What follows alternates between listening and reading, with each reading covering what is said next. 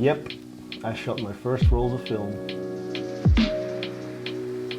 So, as some of you might remember, my previous video was all about this lens right here, the King of Bokeh 35mm Summicron Type 4. And I shared that video with the shop where I bought this lens from, and I got a very cool reply. It was very encouraging, and it also included a proposal. They basically asked me if I would be interested in renting out one of their film cameras for 1 or 2 weeks, shoot with it, and share the experience in a video. So obviously I thought about it for 1 or 2 seconds and then replied, yes, yes, yes! And then of course came the hard question, which film camera to use for this rental period.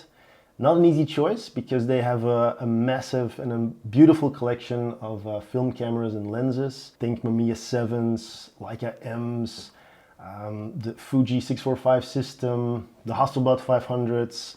All of them are available, and so not an easy choice to make. Also very cool to know is that they have an in-house technician, so all the gear that you rent or buy is in tip-top shape. They check it, maintain it, they test it, so it gives you some peace of mind that the vintage stuff that you'll use is in the best possible condition that it can be. So eventually, after some back and forth, just checking what I wanted to do with it, we decided to go for a Leica M6. Mainly because I have some experience with the Leica M10-P.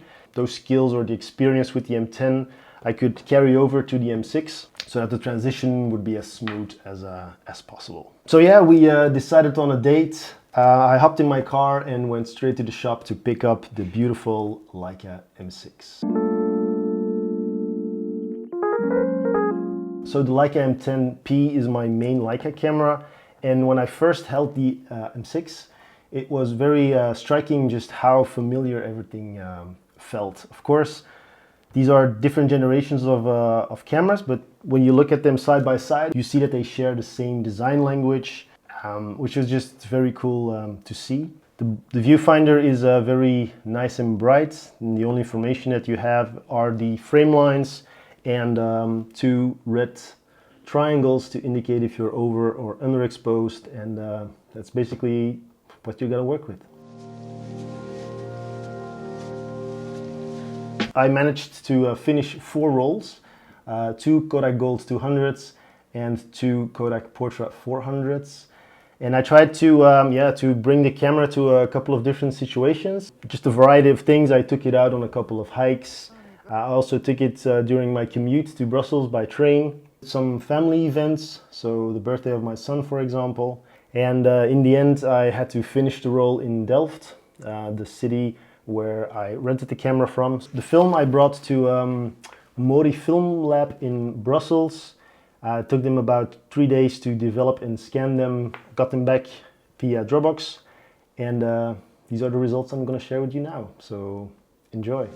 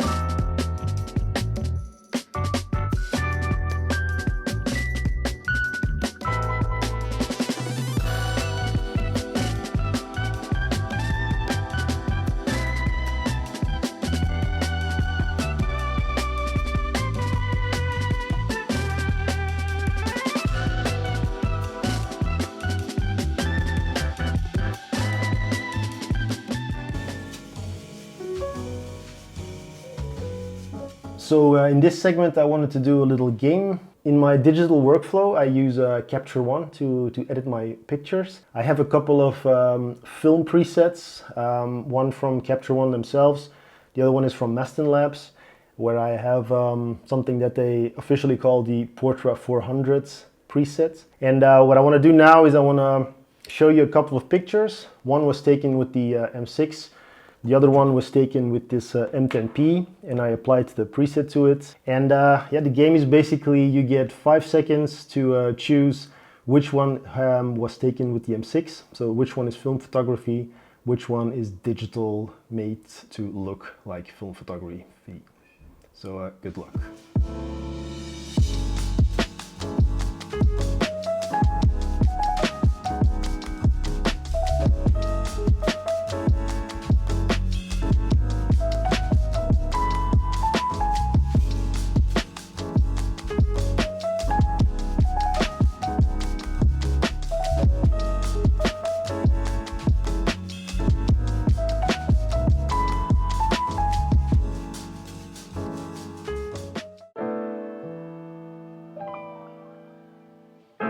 short, I must say I really like the scans that I got back from the lab. I think the images have a certain level of nostalgia that I really like. Also the tactile feel that you have with using this mechanical camera like the M6 was something that I appreciated a lot and I want to do more of. But at the moment I'm not quite sure if the high level of excitement that I have at the moment is because of the fact that it's just so new to me, film photography, being used to digital for the past 20-30 years basically, or if there's something more. I really like the look of medium format film photography. I've seen it on other YouTube channels a lot and I'm just really intrigued by it. So I think as a next step for me, I'll probably use the rental service of Fotohandel Delfshaven a bit more and try a couple of different systems. Maybe a 7 is something high on my bucket list. Also very intrigued by a Hasselblad or a Rolleiflex TLR with the waist level viewfinder looking through that.